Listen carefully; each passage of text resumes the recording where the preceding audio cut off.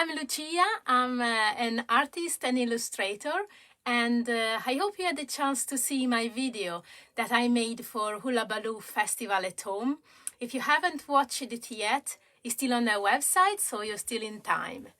And if you watched the video, you saw that I brought you all around the island to search edible plants, and towards the end, we made a wonderful ink from rose petals.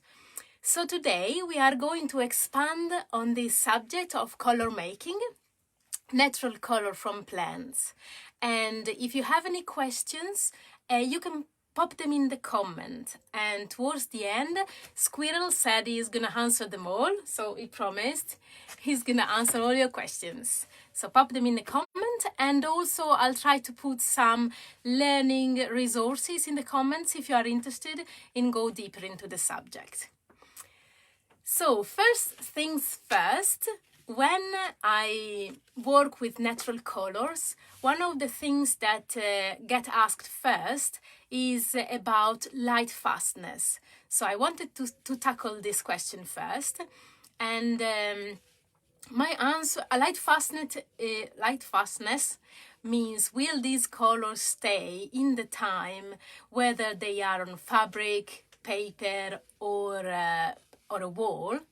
And my answer to this is that nature is in constant change. We are in constant change. Animals are in constant evolution. And so when we work with natural things, change is something that we can expect. So these colors in the time will probably change. They will maybe fade, maybe change, although there are some elements you can use to fix them. For example, we can use iron, we can use copper, or we can use modifiers that also act like fixatives. For example, citric acid or vinegar. And once I had the opportunity to ask this question as well to an expert in natural dyeing, India Flint, and she gave me an interesting answer. She said that changing is part of their beauty. It all depends if you are more interested in the process or in the product. And I thought that for today we're gonna focus on the process. We're gonna have fun, not use any fixatives, but see which color we can naturally get from plants. So there are 3 methods that I know, and I wanted to share with you about how to extract color from plants. And mostly it is because depends which plants you are working with. The first method that I used is called evaporation. This word says most of it, because evaporation means that it is extracted the ink from evaporation. And it works with woody material, plant like tough barks, leaves. You can do it with camellia prunings, with avocado, skins and stones.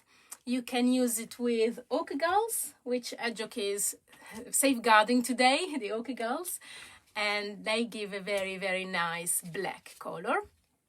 And yes, evaporation, basically you collect the plant material, wash it well, make sure that there are no insects, and so you clean them, soak them in water, you boil them for about an hour, leave them for about a week or so. Then take off all the plant material and you boil this water until it evaporates most of it, and it gets the ink. You get just the ink left. You can see here 2 examples that I can show you that I made with this process. We can see camellia ink that I made in May with the evaporation method, and also avocado.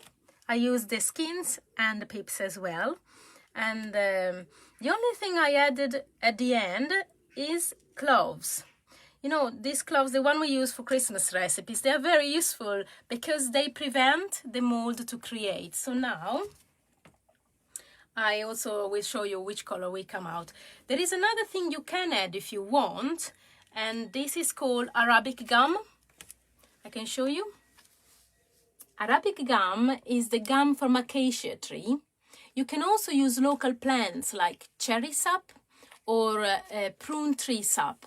And this Arabic gum is edible, is water soluble, and what it does, I have here put it into water. It comes like looks like honey, and what it does, it gives, and as you can see there are clouds in there as well, so the mold doesn't form.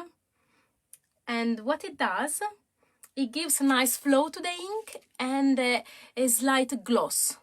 So it's really interesting to add it. In the case of these two inks, I didn't need to add it because they were really nice as they were. So we'll see which colors they are. This is the Chameleon. So you see, it gives you a very nice rich brown. And then, let's clean my brush. Let's try with the avocado.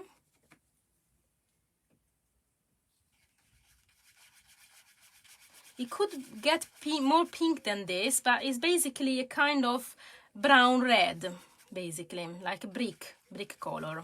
I don't know if from the screen, depends which device you're watching this from. It might look slightly different. I always write when I did it, so I know more or less in the time that is passed if they change or not. Okay, so this is the first method, that is the evaporation. Then there is another method that I know that we use for more soft plant material like flowers. And for example, you can use that method with St. John's wort that we have there. And you can see an example here on the side. I can bring it up so you can see better. So this method is called lake pigment. Is the method that it was used with watercolors. I'm not sure if it's still in use today, but you can definitely make watercolors with this method. And it's called lake pigment. And this is different than the evaporation method. It involves some extra elements that we have to add to the water. So what I did, and if you want to see more about this, I will put an album in my Facebook profile, which, if you have the chance to see, is this one. And so in this album I explain how I did this specific recipe. If you're wondering which color it is, this is rose petals.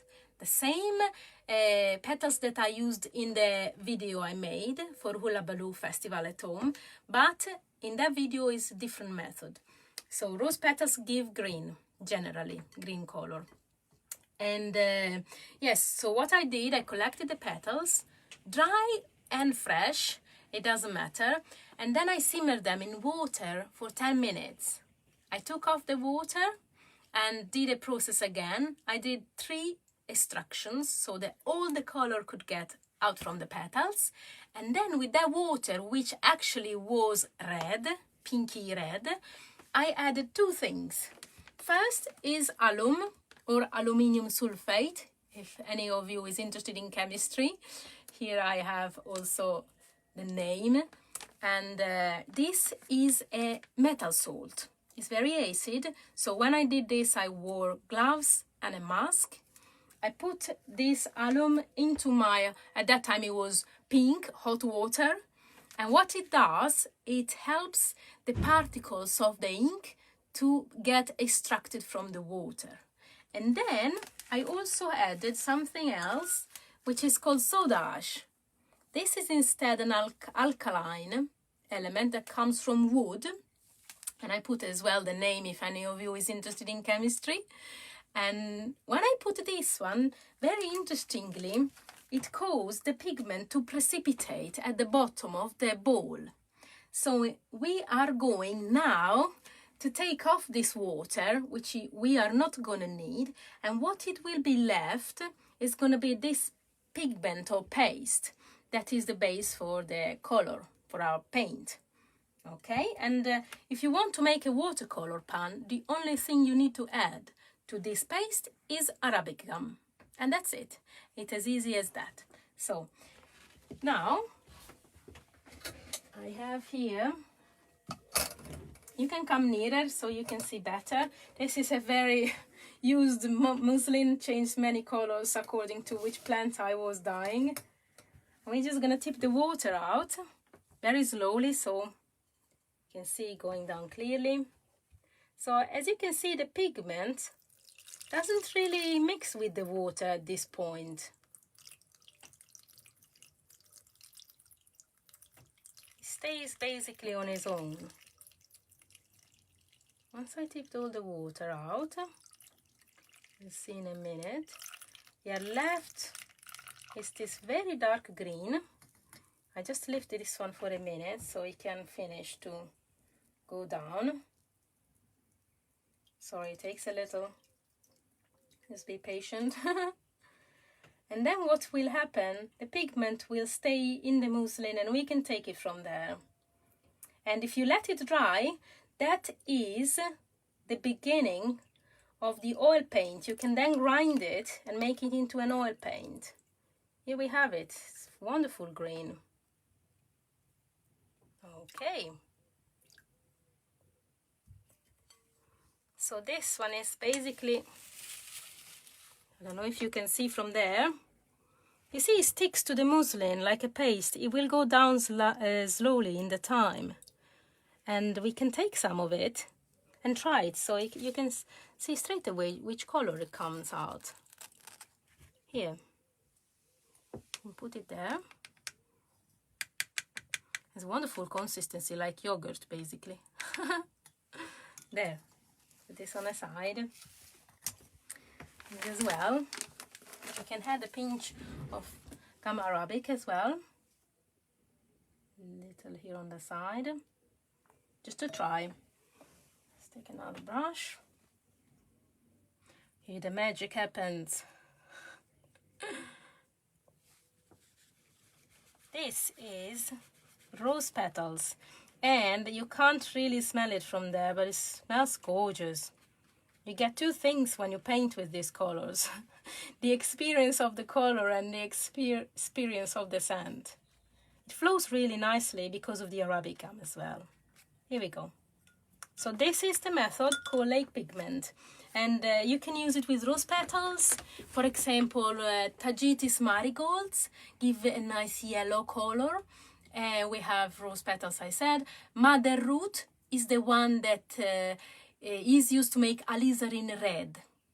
And you can try all flowers.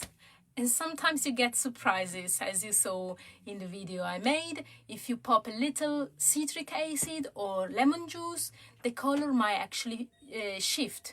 You might change the color. Okay, so experiment number 1 is done. And then there is a third method I wanted to show you today. Is the same I used in my video. It's called soda ash method. And for today, we are going to try it with this flower that I have in my garden. It's actually in bloom now. So if you have the chance, if you have it in your garden or you have the chance to find it, this is called Choreopsis. You can see one that I just picked this morning. And because we need quite a lot, I dried some just for the occasion. So we're going to use some of this. And this will give probably, well, I'll let you decide which color we will get from this. So we take this one, put away our bowl, because we need a new one. There. We're gonna need this one. So the most important thing you want to have when you do this method is the soda ash, which in fact it is the same I showed you before. You can buy this one in craft suppliers, but you can make yourself your own, and it's very easy. You basically burn some wood, no nails. We don't want any iron to interfere with the process. So you just burn wood, take the ash, soak the ash in water, just tap water, for about 24 hours or maybe even 2 days, a few days. And what will happen is something similar to what we saw with the bowl I had before. Basically, the ash will go on the bottom and the water will stay on the top. They will separate. In that case, what we are going to keep is the water, which is full of potassium carbonate. Potassium carbonate is another chemical element that is very alkaline, and it helps the ink to come out from the plant. Because it's very alkaline, it can be harmful to the skin, And so, as I did with the lake pigment process, I will put on gloves for it. You can see here on the side, I just made some potassium carbonate, my potassium carbonate water hot. You can come nearer so you can see the color it has. It's like it's like apple juice. So it's very hot at the moment. So we take it here. Might need this lovely mat. Okay. You might not want to breathe very much of this. Put our gloves on. And yes, basically the hotter you get, this, I prefer to call it magic water because I'm not very much a chemistry person. So as hot as you get this magic water, the better. And if you want it stronger, you can also make it evaporate a little bit, so it'll get more powerful. And the last thing I wanted to say, I forgot. So maybe I'll tell you in a minute. So we take the plant material here. It can be dry, these flowers, or they can be also fresh or a mixed. So I'll put this as well. And we might need about 2 handfuls. Yes, what I wanted to tell you is that this color will come the strongest as strong as this one. So this one is really important to help the color come out, right? So we just need a little because all the liquid we're gonna have is gonna be the ink. So we don't really want to flood, and then we get a very, very thin, very liquid paint. So I just start with small. And here, oh gosh, it's already coming out. You just need to massage this. Oops, making a bit of a mess. I had a little bit more. There, I think that will be enough.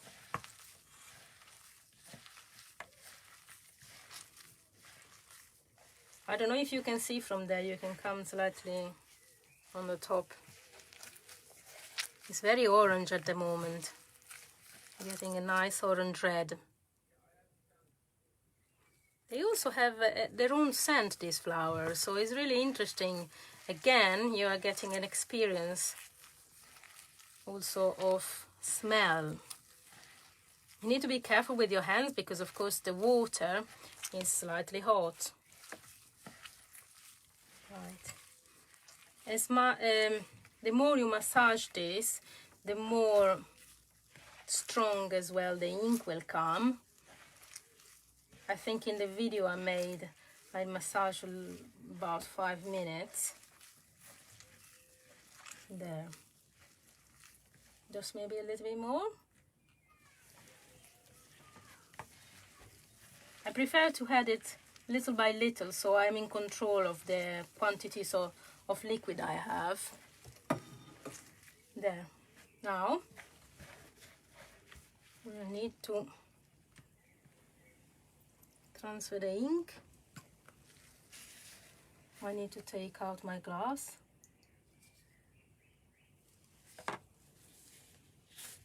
This one.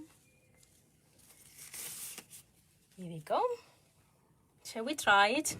I made a bit of a mess here.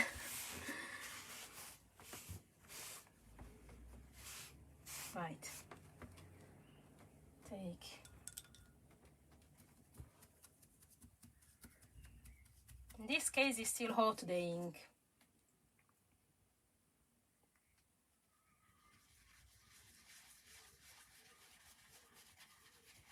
It's wonderful, wonderful, like deep orange.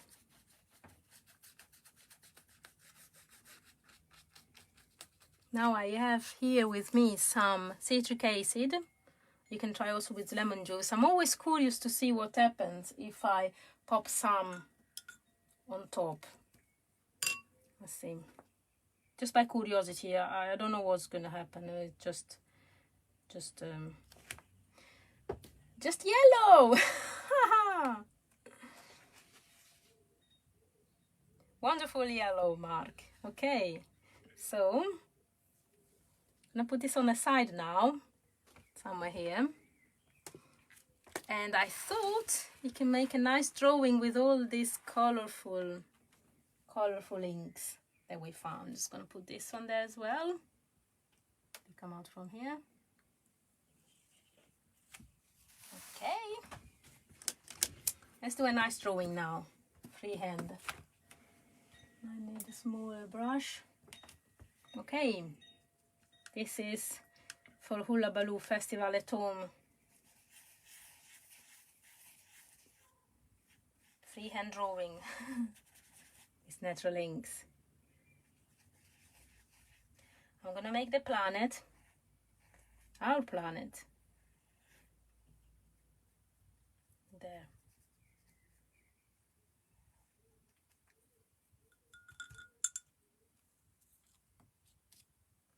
So let's go with the Chameleon ink.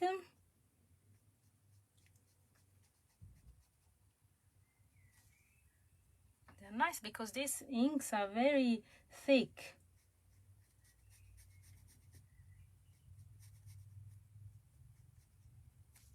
I wonder if you're guessing what I am drawing.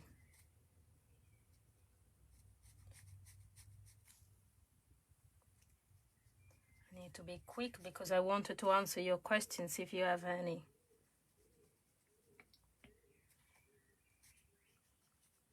I think this is going to look like a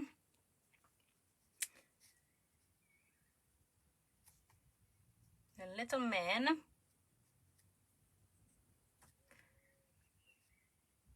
there.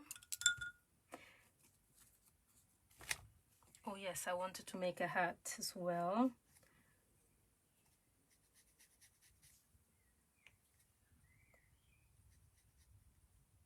Because I love hats, as you might have guessed. Is this one? I wonder if what happens if I... There we do the face.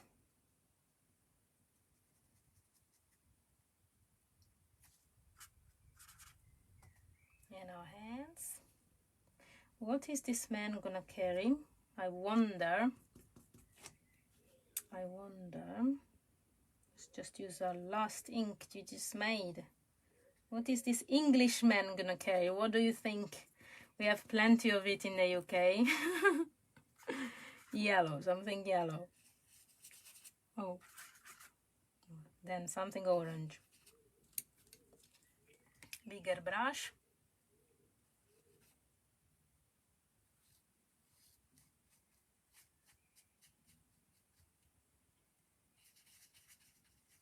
Here we go.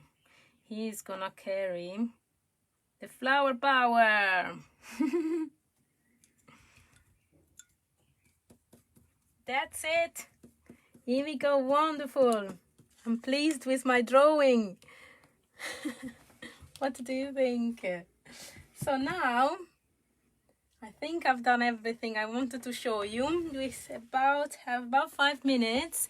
If you have any questions.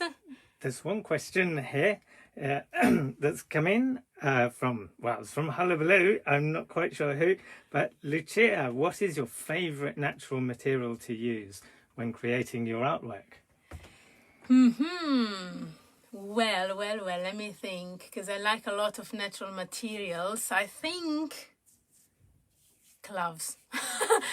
Clothes? Gloves, this one. They are my favorite natural material because when I discovered that they prevent from the mold, I was super excited. And leaves, of course, they are my favorite natural materials to work with because I love trees and I love experimenting with leaves. And let me think if there is anything else. I wanted to make my own brushes. This is going to be my next experiment because I know you can get brushes, you can buy brushes, but you can make your own and I can make interesting textures. So I think, yeah, that's going to probably be my answer. And is there any other question? Not yet, not so far.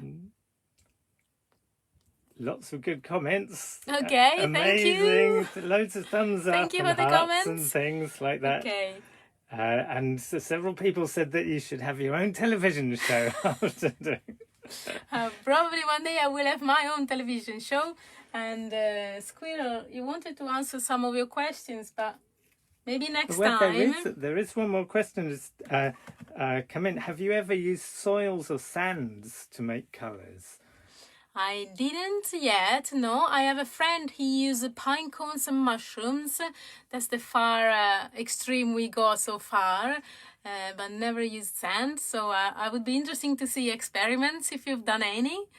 So far I just used basically plants, I think. And Kate Francis asks, what's your favourite plant or flower to use so far? In fact, roses, I think, because I really love the smell, and using a paint that has a fantastic smell, I tell you, you should try it. It's something really, really exceptional. I think so. And I have to say that sometimes the surprise you get, because not always the color of the flower will turn into the same color of the ink. So probably flowers like roses, when I saw that the color was not pink but was green, I was really, really surprised. And I think dahlias I can suggest to try, like these flowers, because they're also very fun to work with, as you never know which color you get from. So this is another one. But for me, roses, yeah, definitely. Kate Francis says, I love roses too. Big heart. Thumbs up for roses. Okay, so thank you, everybody. And I will try to put in the comments any interesting link I can find about books or courses. Or if you want the recipe for making the potassium carbonate, I will try to put that as well, which I got from the internet. Anything else? Well, that's it. Keep creating, share your magic, and let's go with flower power.